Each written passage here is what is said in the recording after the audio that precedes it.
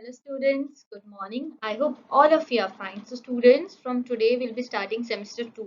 हम semester 2 start करने वाले हैं. तो unit 7 है और इसका नाम है The Tuntun Town Musicians. Okay, so let us start with the chapter. Activity 1. So students, यहाँ पे हम एक activity करेंगे. Which animals can you see in the picture? अभी इस picture में आपको कौन से animals दिख रहे हैं? आपको उनका नाम लिखना है. Do you know any story about these animals? Come forward and narrate the story in the class. Okay, आपको कोई स्टोरी पता है इन एनिमल्स के बारे में? अगर पता है तो आप पता करके रखना और मीटिंग में मुझे बताना कि कौन सी स्टोरी है. Do you know how animals are useful to us? Speak about their usefulness. अभी आपको क्या करना है? आपको एनिमल्स की यूजफुलनेस ढूंढनी है कि एनिमल्स हमको कैसे कैसे यूजफुल होते हैं, हमारे कैसे काम आते हैं. तो उसके रिलेटेड आपको 5-6 पॉइंट्स लिखने हैं अपनी नोटबुक में. Okay, come forward and make an animal sound. Ask the class to guess which animal it is. अभी आपको क्या करना है? आपके कजिन्स हो, आपके पेरेंट्स हो, उनके सामने किसी भी एक एनिमल की आवाज निकालिए और उनको बोलना है कि आप रिकॉग्नाइज करो, आप पहचानो कि ये कौन से एनिमल की आवाज है. Okay, so you have to do this activities. Okay. Activity 2. Listen the part 1 of the story as your teacher reads it. Okay, so let us start part 1. Once there was a farmer who had a very old donkey. अभी एक बार की बात है, एक farmer था, उसके पास एक बुढ़ा डोंकी था. ओल्ड डोंकी मतलब बुढ़ा डोंकी था. The donkey had worked very hard for the farmer for very years. जब वो डोंकी यंग था ना, तो उसने फार्मर के लिए बहुत अच्छे से काम किया, बहुत सारा काम किया. Now when he became old, the farmer said, "You are no longer useful to me."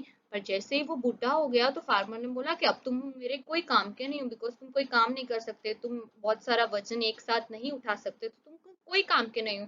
उसने वो भी नहीं सोचा कि वो यंग था तो उसने मेरे लिए कितना काम किया था. उसने डायरेक्टली उसको क्या बोल दिया कि अब तो तुम बुढ़े हो गए हो, तुम कोई काम के नहीं हो, तुम निकलो यहाँ से, गेट आउट फ्रॉम हियर. उसको बोल दिया get out. Poor old donkey was very sad. वो डोंकी बहुत सैड था कि वो ये सोच रहा था कि इतने टाइम तक मैंने इसके लिए इतनी हेल्प की, इतना काम किया, और अभी जब मेरे को इसकी हेल्प की जरूरत है तो उसको बाहर निकाल रहा था वहां से. वो बोल रहा था get out from here. He left the farm and went towards the city. अभी उसने वो फार्मर का फार्म छोड़ दिया और सिटी की तरफ चलने लगा. He walked alone and he sang. वो अकेले अकेले चल रहा था और वो एक गाना गा रहा था. I am very old, you see. No one cares at all for me. I have no home or house to go. What will I do? I don't know. अभी वो डोंकी क्या बोल रहा था सॉन्ग में कि मैं इतना बुढ़ा हो गया, आप देखो किसी को मेरी परवाह नहीं है, ना मेरे पास घर है, ना कोई रहने की जगह है जहाँ पे मैं जा सकता हूँ, तो अब मैं क्या करूँ, मुझे कुछ पता नहीं चल रहा है मैं क्या करूँ. वो गाना गाते गाते ये बोल रहा था. As he walked alone, an idea came to his head. अब जैसे जैसे वो अकेला चल रहा था तो उसके दिमाग में एक आइडिया आया. I know what can I do. अब उसने सोचा अब मुझे पता है मुझे क्या करना है. I can go to Tuntun town and become a musician. उसने क्या सोचा, चलो अब मैं टुनटुन टाउन जाता हूँ और वहां जाके मैं एक म्यूजिशियन बन जाता हूँ. So he walked along. A little later, he saw an old donkey asleep on the side of the road. Asleep on the side of the road. What's wrong, my friend? अभी जैसे जैसे वो आगे चल रहा था तो उसने रोड के दूसरे साइड पे क्या देखा कि एक ओल्ड मतलब बुढ़ा सा डॉगी रोड के दूसरे साइड पे सो रहा था. तो उसने उसको डोंकी को पूछा कि व्हाट्स रॉन्ग माय फ्रेंड, क्या हुआ, तुम ऐसे क्यों सो रहे हो? Asked the donkey. My master has thrown me out as I am old and slightly deaf, said the dog sadly, and he sank. Dog ने क्या बोला कि मैं बूढ़ा हो गया हूँ ना, इसलिए मेरे मास्टर ने मुझे निकाल दिया है. मैं थोड़ा डेफ मतलब बहरा भी हो गया हूँ, मैं सुन भी नहीं पाता हूँ अच्छे से, तो मेरे मास्टर ने मुझे घर से निकाल दिया है. और उसने भी गाना गाना चालू कर दिया. I am very old, you see. No one cares at all for me. I have no home or house to go. What will I do? I don't know. Why don't you come with me? Said the donkey. Donkey ने बोला चलो तुम भी मेरे साथ चलो. The dog liked the idea of going to Tuntun town and becoming a musician. Now they walk together. अभी क्या बोलते हैं, डॉन्की ने उसको अपना आइडिया बताया कि मैं टुनटुन टाउन जा रहा हूँ म्यूजिशियन बनने. तो डॉग को वो आइडिया अच्छा लगा. तो डॉग ने बोला कि okay, I will also join you, मैं भी तुम्हारे साथ आऊंगा. और वो दोनों साथ में चल रहे थे टुनटुन टाउन जाने के लिए.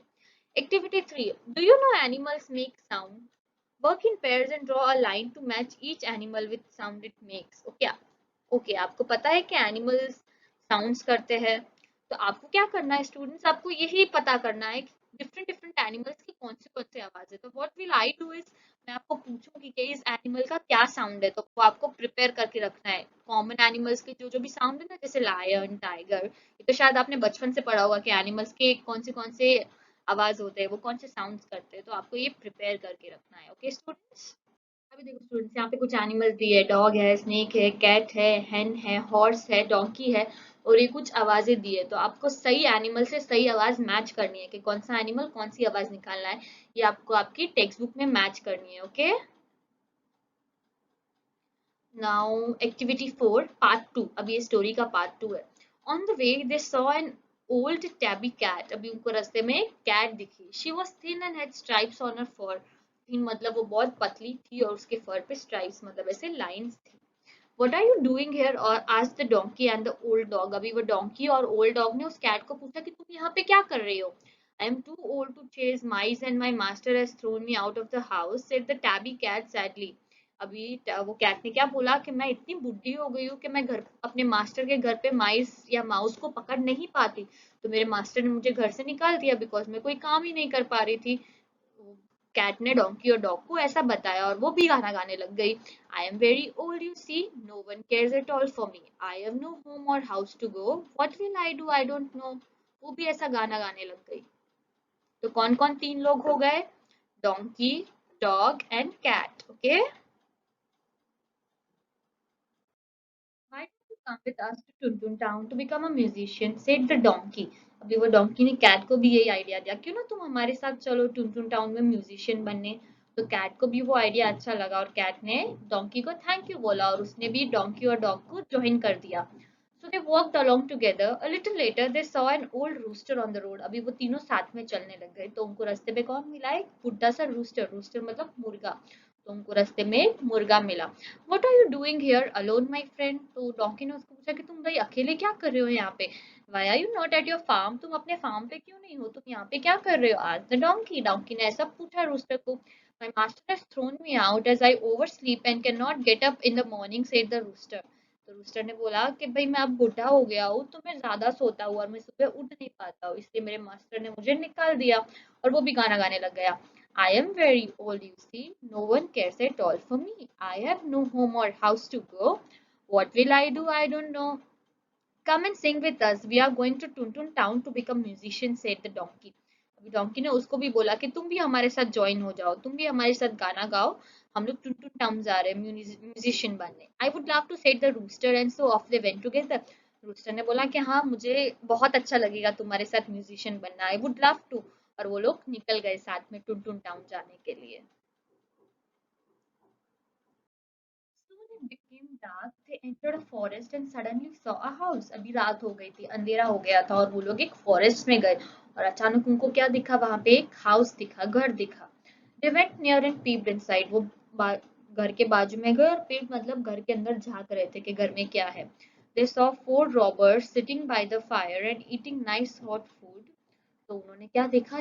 फोर रॉबर्स मतलब चार चोरों को देखा, वो घर के बाजू अंदर फायर के बाजू में बैठे थे और अच्छा सा नाइस हॉट फूड खा रहे थे।